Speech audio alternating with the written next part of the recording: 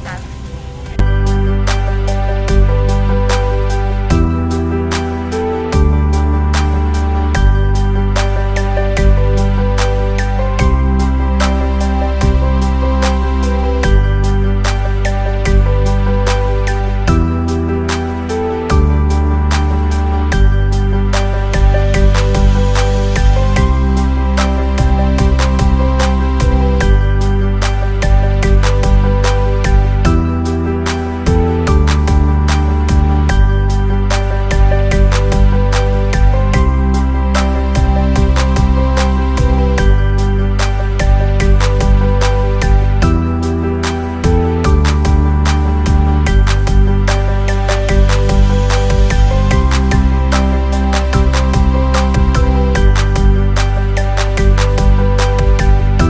Jadi setelah kita melalui bulan Ramadan dan Lebaran kemarin, ini adalah kegiatan yang sebelumnya kita laksanakan juga baik di bulan puasa maupun sebelum bulan puasa, yaitu Jumat Curhat.